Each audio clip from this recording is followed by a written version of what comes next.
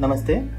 आज world stroke day का इस शुभ अवसर में मैं doctor M Shamim Neotia Getwel multi speciality hospital में एक मानवर व्यक्ति के साथ आपके सामने आया हूँ, जो अपना स्ट्रोक का जर्नी, ट्रीटमेंट और इम्प्रूवमेंट आपके साथ शेयर करेंगे, ताकि स्ट्रोक का लक्षण, ट्रीटमेंट और स्ट्रोक होने से आपको क्या करना चाहिए, इसके बारे में आपको एक समझ रहे, ताकि और बेटर ट्रीटमेंट हो पाए। तो मेरे साथ मिस्टर द्वारिका प्रसाद जी, जो 65 ईयर ओल्ड जेंटलमैन है। द्वारिका प्रसाद जी, आप अपना जो अनुभव है हॉस्पिटल में आप थोड़ा बोलिए। मेरा स्ट्रोक 27 सितंबर को हुआ। 10:30 बजे सोए थे और 11:30 बजे हमको महसूस हुआ कि मेरा हाथ और पैर नहीं चल रहा है। उसके बाद मेरे फैमिली को उठाया, उसका बाद मेरे लड़के लोग आए और उठाकर मेरे को हॉस्पिटल में लाए। 1.5 घंटा के अंदर में हम हॉस्पिटल में पहुंच गए और मेरा ट्रीटमेंट स्टार्ट हुआ। और अभी 1 महीना के अंदर में अभी मैं 75% क्योर हो गया हूँ। ब्रेन स्ट्रोक हुआ था, टाइमली हम हॉस्पिटल में आए विदिन 1.5 घंटा के अंदर में, तो मेरा ट्रीटमेंट सही तरीका से हुआ। और निवेदन करता हूँ आप लोग भी किसी लेट मत कीजिएगा, तुरंत हॉस्पिटल में, एक बढ़िया हॉस्पिटल में एडमिट हो जाए जहाँ मेडिसिन बढ़िया मिले। और जो इंजेक्शन हमको विदिन 4 आवर में देना था वो हमको टाइमली मिल गया, जो हम आज तक सही हो गए हैं। तो द्वारिका प्रसाद जी को बहुत बहुत बधाई। लेकिन एक चीज मैं बोलना चाहूंगा जो सबको पता रहना चाहिए, इनका जो स्ट्रोक का इलाज हुआ था उस इलाज में डॉक्टर से ज्यादा क्रेडिट है मैं आपको देना चाहूंगा। क्योंकि पहला चीज द्वारिका जी जो क्या है, रात को सोए थे नॉर्मल, सोने के बाद जब नींद टूटा तब देखा कि उनका दाएं हाथ पैर काम नहीं कर रहा है। नॉर्मल जिंदगी में क्या होता है, लोग इसको थोड़ा इग्नोर कर देते हैं, उपेक्षा करते हैं कि हाँ हुआ है मैं सुबह देखूंगा, शायद ऐसे ही कमजोरी महसूस हो रहा है। लेकिन द्वारिका जी ऐसा नहीं किए थे, आप तुरंत आपका घर वालों को इन्फॉर्म किए थे कि मेरा साथ कुछ प्रॉब्लम हो रहा है। ये चीज बहुत इंपॉर्टेंट है, स्ट्रोक को पहले आइडेंटिफाई कर पाना। स्ट्रोक का सिम्टम क्या होता है? नॉर्मली हम लोग बोलते हैं स्ट्रोक का सिम्टम है बी फास्ट, BEFAST। बी मतलब बैलेंस। कोई इंसान अगर बैठे है, खड़ा है, तो अचानक उनका बैलेंस बिगड़ गया, टलमल हो रहा है, अगर ऐसा होगा तो एक स्ट्रोक का लक्षण हो सकता है। दूसरा चीज है आईज।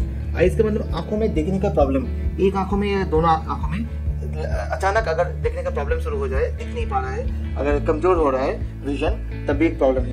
फेस, एक मतलब फेस, बैठे हैं अचानक मुंह एक साइड में टेढ़ा हो गया, ये भी एक स्ट्रोक का लक्षण है। आर्म, हाथ का अगर कमजोरी शुरू हो जाए, जैसे आपके साथ हुआ था, हाथ का कमजोरी शुरू हुआ था, ए। उसके बाद आता है एस मतलब है स्पीच। बोलते बोलते अचानक जबान लड़खड़ाना, बोल नहीं पा रहा है या कोई बात नहीं आ रहा है, ऐसा हो जाना, स्पीच का प्रॉब्लम होना। अगर इसमें से कुछ भी सिम्टम होता है तो आ जाता है टाइम, जो आप किए थे, टाइम से आपको हॉस्पिटल में पहुंचना है। टाइम कितना है? नॉर्मली हम लोग बोलते हैं स्ट्रोक शुरू होने का, स्ट्रोक का लक्षण शुरू होने का 4.5 घंटे के अंदर आपको हॉस्पिटल में आना चाहिए। अगर आप 4.5 घंटे के अंदर हॉस्पिटल में आते हैं तो तुरंत आपका CT स्कैन, MRI अगर चाहिए तो वो, एंजियोग्राफी अगर चाहिए तो वो करके हम लोग पता करते हैं कि आपको इस्कीमिक स्ट्रोक हुआ है या फिर हेमरेजिक स्ट्रोक हुआ है। इस्कीमिक स्ट्रोक का मतलब है खून बहना बंद हो गया है, उसका क्लॉट हुआ है, उसके चलते स्ट्रोक बना है। और हेमरेजिक स्ट्रोक का मतलब है नस फट के खून बह गया है, बहकर स्ट्रोक हुआ है। अगर खून बहना बंद होकर स्ट्रोक होता है तब जाकर हम लोग उनको कुछ एनालिसिस करते हैं, जैसे आपके लिए हम लोग किए थे, MRI किए थे तुरंत, क्योंकि हम लोग देखे कि कितना डैमेज हुआ है। उसके बाद हम लोग आपको एक खून पतला होने का और जो क्लॉट गलने का, पिघलने का हम लोग इंजेक्शन दिए थे। तो वो इंजेक्शन देने से क्या होता है, क्लॉट पिघल जाता है, तो जहाँ खून नहीं बह पा रहा था अभी उधर ब्लड का फ्लो होगा। उसके बाद जो डैमेज बन रहा था, जो स्ट्रोक गिर सकता था, वो स्ट्रोक बढ़ेगा नहीं, कम हो जाएगा। और पेशेंट जो स्ट्रोक के बाद पेशेंट, नॉर्मली हम लोगों का क्या समझ है, स्ट्रोक हो जाता है तो पेशेंट बेड बाउंड हो जाता है, पैरालिसिस हो जाता है, बेड पे रहता है और अपना काम नहीं कर पाते। लेकिन अभी दुनिया बदल गया है, अभी स्ट्रोक का ऐसा ट्रीटमेंट आ गया है जो ट्रीटमेंट लेने से स्ट्रोक पूरा ठीक हो सकता है। नॉर्मली अगर स्ट्रोक नींद में होता है, जैसे आपके लिए हुआ था, स्ट्रोक अगर नींद में होता है तो हम लोग को पता नहीं चलता है कि स्ट्रोक एग्जैक्टली शुरू कब हुआ था।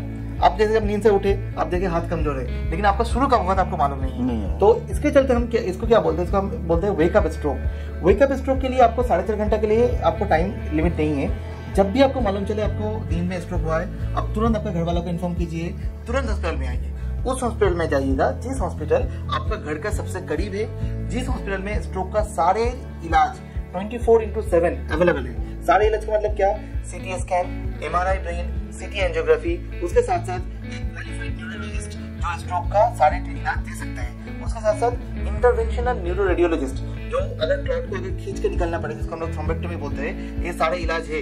ऐसा सेंटर में आपको तुरंत जाना है, आपको टाइम नहीं गंवाना है। स्ट्रोक रेडी हॉस्पिटल कहाँ है? 24/7 ट्रीटमेंट कहाँ होता है? उधर जाकर आपको इलाज करवाना है। स्ट्रोक का पक्का इलाज पॉसिबल है। एक जीता जाता एग्जाम्पल आपको दिए, ठीक है?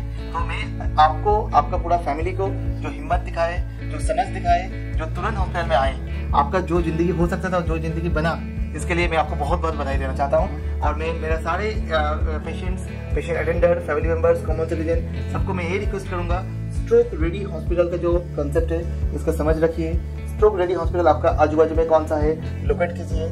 कुछ भी अगर सिम्टम हुआ, बी फास्ट, चाहे स्ट्रोक का लक्षण होता है, अगर होता है तो तुरंत हॉस्पिटल में आकर आप डॉक्टर से मिलिए, न्यूरोलॉजिस्ट से सलाह कीजिए ताकि आपका स्ट्रोक ठीक हो पाए। नमस्ते।